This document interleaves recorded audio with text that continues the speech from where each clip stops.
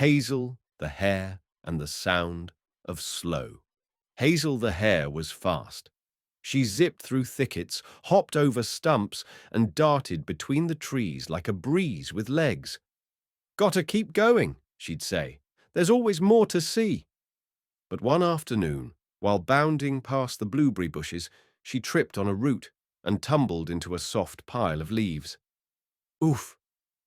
She lay still for a moment. The forest was quiet. No scurrying, no wind, just stillness. She tried to hop up, but her paw ached. "Guess I'm stuck here," she sighed. A moment later, a quiet rustle nearby. It was Greta the Snail. She blinked up at Hazel. "Bad tumble." Hazel nodded. "I never stop like this." Greta inched onto a nearby stone. "Then maybe it's time you listened." "To what?"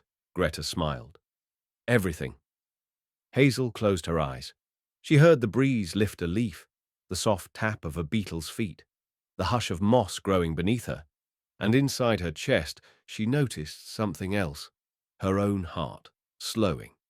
She opened her eyes. "I think," she said softly, "I've never really heard the forest before." Greta nodded.